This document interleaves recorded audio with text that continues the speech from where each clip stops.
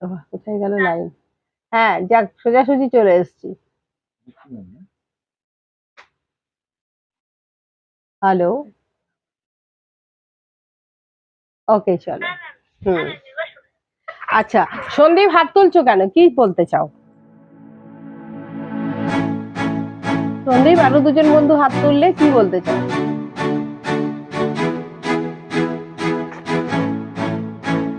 আচ্ছা, পম্পাসটা দেখে মনে হচ্ছে যেন চেনা চেনা লাগছে। পম্পাস অঞ্চল বলেছে, তাহলে পম্পাস এই শব্দটির অর্থ কি?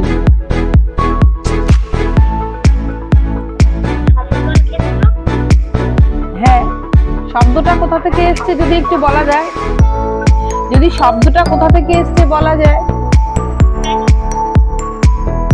স্পেনীয় শব্দ। স্প্যানিশ বললে হবে না, ইংরাজি বাংলা ভাষায় বলতে হবে। স্পেনীয় শব্দ। আচ্ছা, বলছি তোমাদের মধ্যে বন্ধু চিরহরি অর্থাৎ সেলভা এই অঞ্চলের বৃক্ষ বনভূমির আলোচনা করা হয়নি। আমার মনে হচ্ছে আমরা পড়েছি। কেন? এক নজরে এটা আমার খুব। হ্যাঁ বলো। হ্যাঁ, পড়া হয়ে গিয়েছিল, খুব যেন চেনা চেনা লাগছে। হ্যাঁ,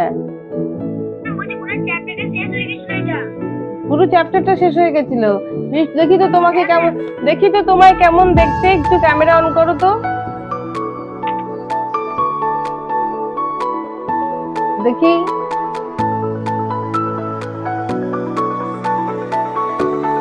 অস্পষ্ট লাগছে কেন?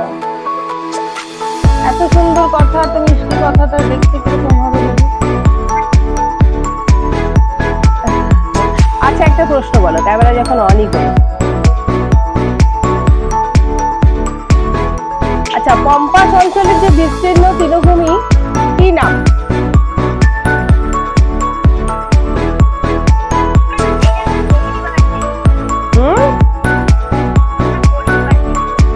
বাবা, সহজ প্রশ্ন করলাম, না করলেও পারছি।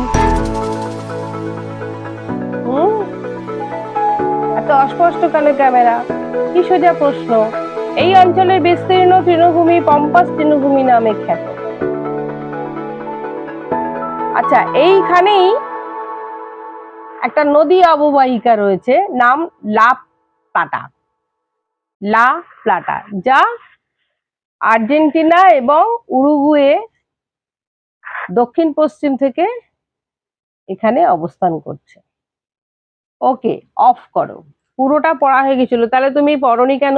তুমি বলছো, তুমি আমাদের তথ্য দিচ্ছ, তুমি এত সুন্দর খবরটা বললে পড়া হয়ে গেছে, তাহলে তুমি কেন বলবে না? আচ্ছা, আচ্ছা বলো তো, তাহলে তাই যদি হয়, পাম্পেরও কি? পাম্পেরও কি? তুমি কে? দেখতে পাচ্ছি না কেন? দেখি তোমায়। আগে দেখা দে বাবু, কোথাকার? তোমায় আমি দেখতেই পাচ্ছি না কেন?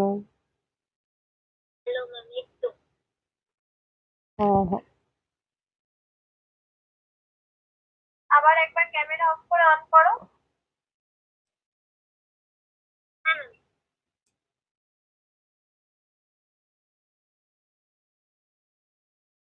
ম্যাডাম এবার দেখতে পাচ্ছেন?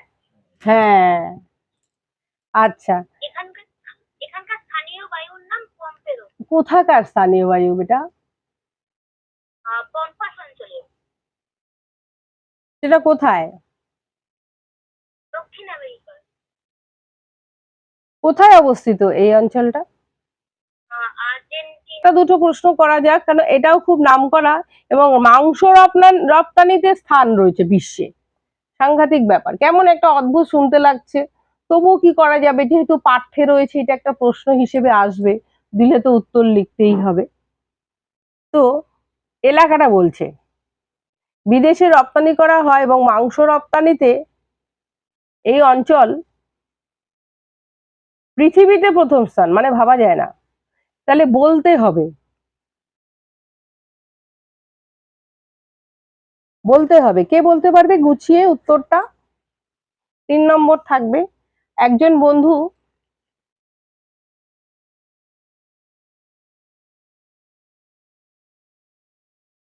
এম দিয়ে তুমি কে হ্যান্ড রেজ করেছো? বলো। সামিনা। সামিনা তো বলেছো আগে পড়া। আর কোনো বন্ধু? আর কোনো বন্ধু?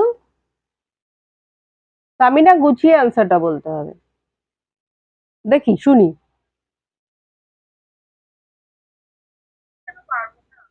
তাহলে হাত তুলেছিলি কেন? বাপ। আচ্ছা, চয়ন পারবে?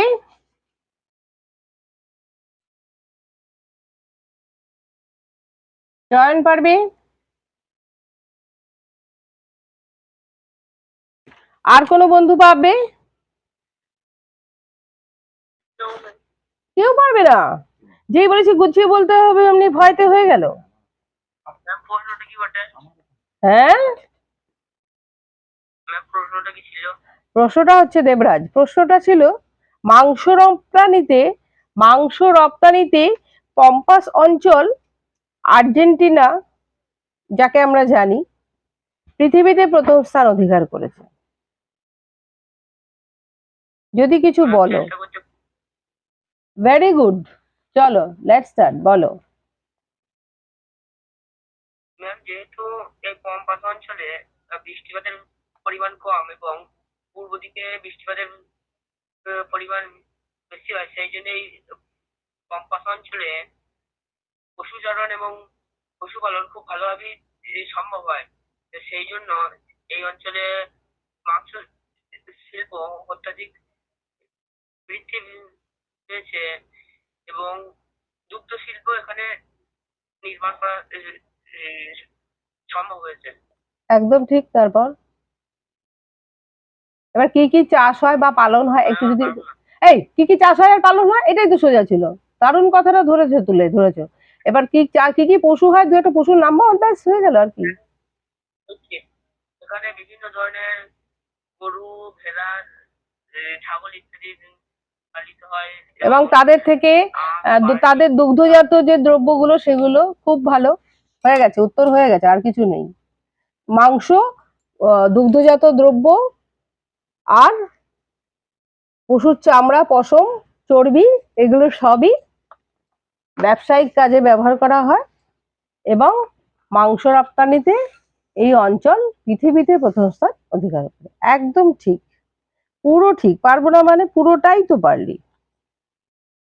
আচ্ছা, অফ করো, সাউন্ড অফ করো।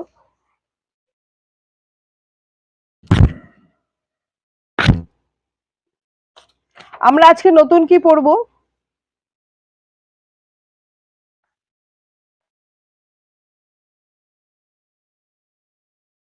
আমরা আজকে নতুন কি বলছো?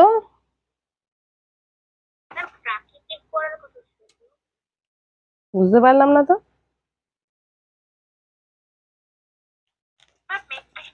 প্রাকৃতিক দিকটা পড়াবো বলেছিলাম। প্রাকৃতিকে কি আছে একটু বলো।